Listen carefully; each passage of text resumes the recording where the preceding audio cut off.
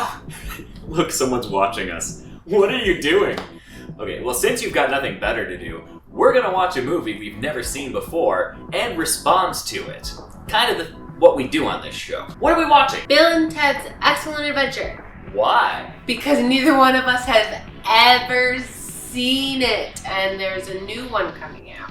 That's true, yeah, and shockingly enough, the new one is getting pretty favorable reviews. Yeah. Yeah, so I never really wanted to watch these movies, despite, like, most of my favorite movies came out in the 1980s. Keanu is great.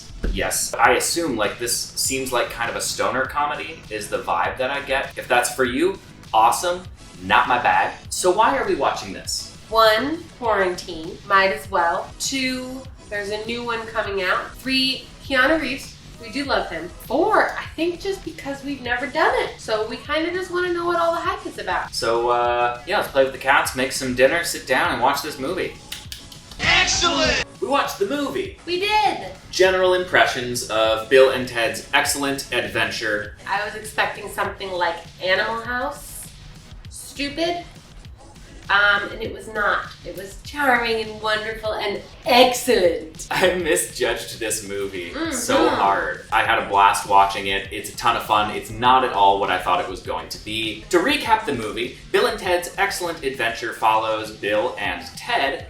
They are failing their history class, and unfortunately, the future depends on them passing this history class. So George Carlin goes back in time to lead them on an adventure through history so that they can learn what they need to know to hopefully have a chance at passing the test. Hijinks ensue. What did you like about the movie? All of it. It was just so charming, like the entire time. It was great. I just loved every minute of it. The leads are like really sweet. They're not stoners, but it's easy to see where they could come off as stoners. They are really just ditzy goofballs with the best of intentions. It's hard to not smile during the majority of this movie. They don't have a mean bone in their body. Yeah. That's really the movie's strength, just the charm of its leads. There's not much of a story per se. It's like a series of loosely connected vignettes, but their charisma is strong enough to where you're interested in seeing where, you know, what they're gonna do next. Yeah. What would you do differently if you were making this movie? The female characters, they were just very like... Yeah, just very thinly written. Yeah. And it doesn't really give them a lot of depth because there are just too many side characters. The main characters, both Bill and Ted, don't have a lot of depth. Although that's kind of by design. Like, it's a very stupid movie, and I mean that in the best possible way. Like, it knows exactly what it wants to do. It wants to have a good time, it wants to be excellent, and it wants to party on, dude.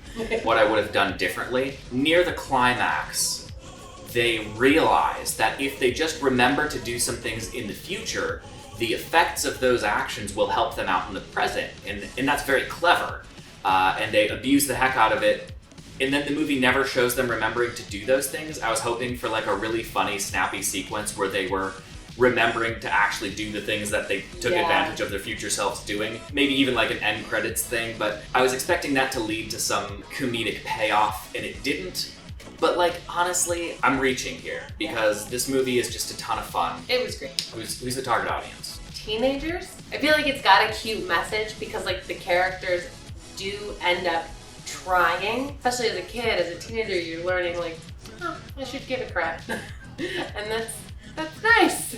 And the underlying notion being, if you care, you may actually affect things for future generations in a positive way. Yeah, no, I think this is a great movie for older preteens all the way through to adults. I think it still works for modern youth because a lot of the jokes, like, they're not really pop culture of the 80s jokes. Right. They're like history puns or just kind of riffing on how goofy and clueless yet likable these guys are. So what score would you give Bill and Ted's Excellent Adventure? Our score system is as follows. I would personally give this movie a 3.7. I think it's just shy of being awesome. You know what? I'm gonna give it a 4. I'm giving it an awesome because it was most excellent. Don't take our word for it though. Here are some second opinions. Rotten Tomatoes gave it this score. IMDb gave it this score. Metacritic gave it this score. So yeah, do you want to watch Bill and Ted's Bogus Journey and what's the next one? Bill and Ted Face the Music or something That's like that? the new one, right? Yeah. Instance like.